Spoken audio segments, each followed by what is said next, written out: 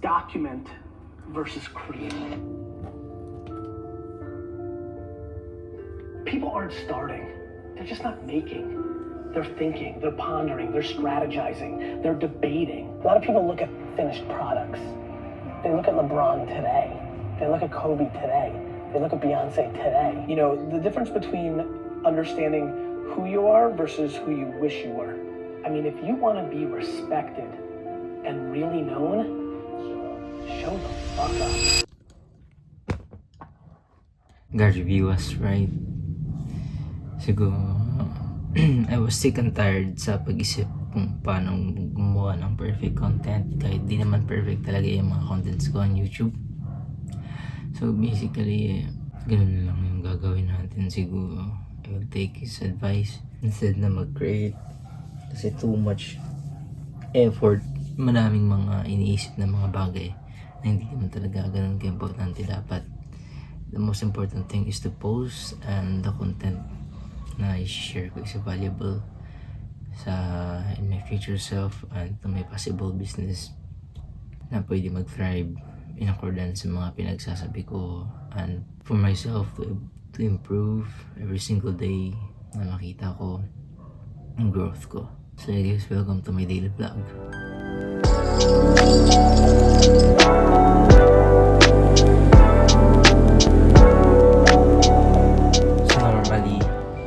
Wala akong masyadong trabaho sa mga gantong oras kasi usually nag-start yung work ko around 7:30 to 8 a.m.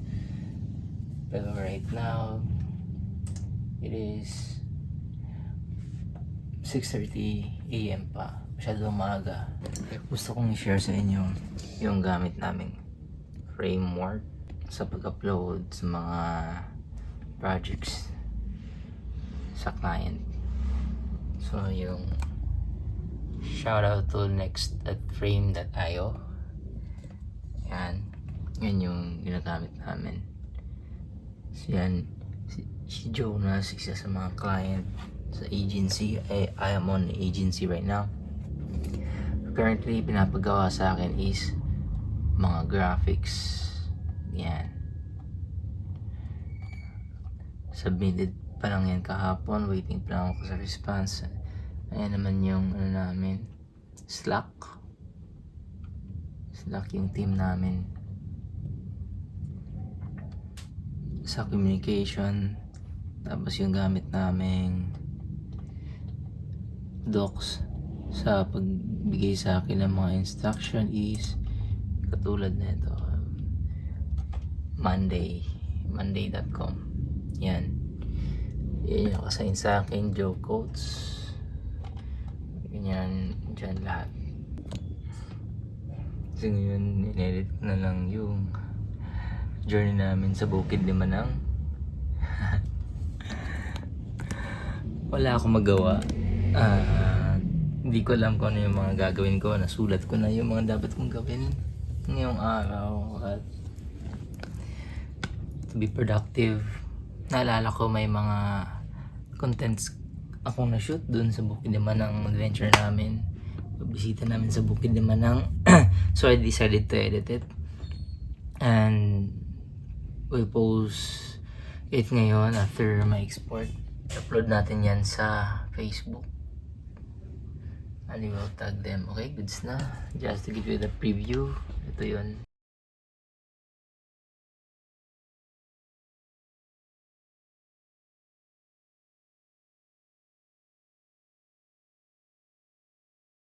Tapos pwede nyo i-view sa Facebook page ko.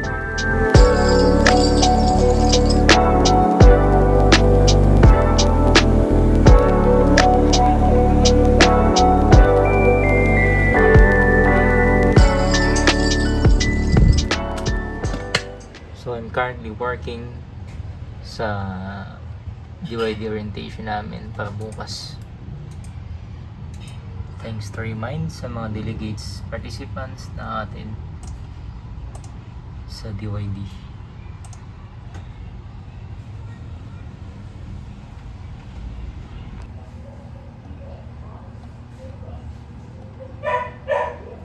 Thank you. Farewell sa dalawang priest namin, Father Hiray and Father Godfrix.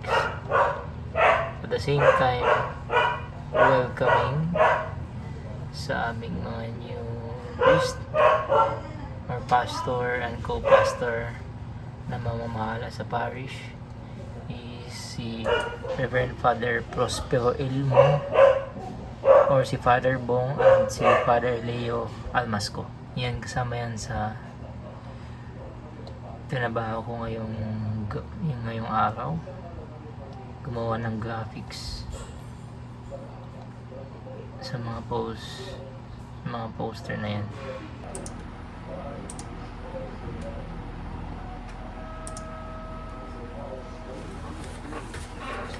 Ngayon, downloading tayo sa mga graphics na ginawa natin for today. Tapos, isasubmit natin yan sa client. So, version 4 na to. Tapos, punta tayo sa file natin. Tapos, punta dito tayo sa downloads. Double tap para ma-unzip. And then, ito na lahat. Tapos, balik tayo dito. 45. Tapos gaganda up lang natin yan.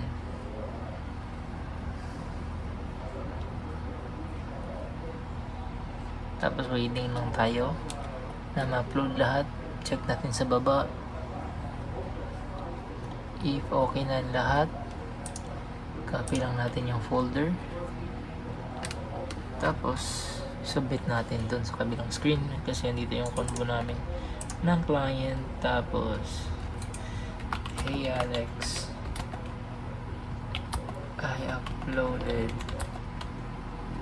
another set of 15 quotes for today.